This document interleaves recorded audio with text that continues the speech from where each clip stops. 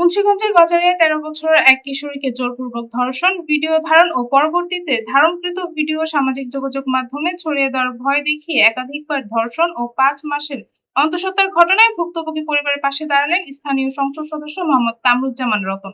সোমবার ১০ আগস্ট সন্ধ্যা ৮টা ৩০ উপজেলার ইমামপুর ইউনিয়নের হোগলাকান্দি গ্রামে ভুক্তভোগী পরিবারের সদস্যদের সঙ্গে সাক্ষাৎ করেন তিনি।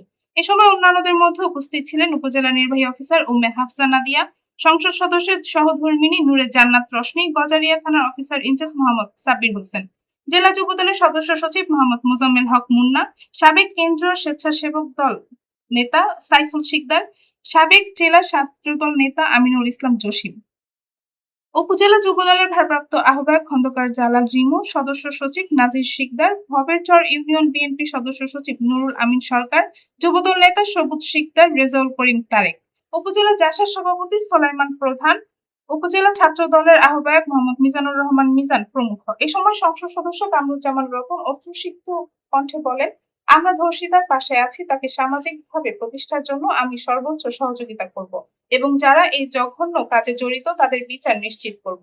এ সময় উপজেলা প্রশাসনের পক্ষ থেকে চাউল ও সংসদ সদস্যের পক্ষ থেকে আর্থিক সহায়তা প্রদান করা হয়। অমানবিক একটা পশুত্ব, একটা পারভার্টেড একটা ঘটনা। আমরা এটাকে প্রথম নিন্দা জানাই এবং আইনগতভাবে শাস্তির আওতায় এটা তো অবশ্যই বিচার হবে। ইতিমধ্যে আপনারা জানেন যে এটার যে মূল যে আসামি তাকে গ্রেপ্তার করেছে প্রশাসন। এখন আমাদের ৩ স্তরে আমরা এটাকে চিন্তা করব।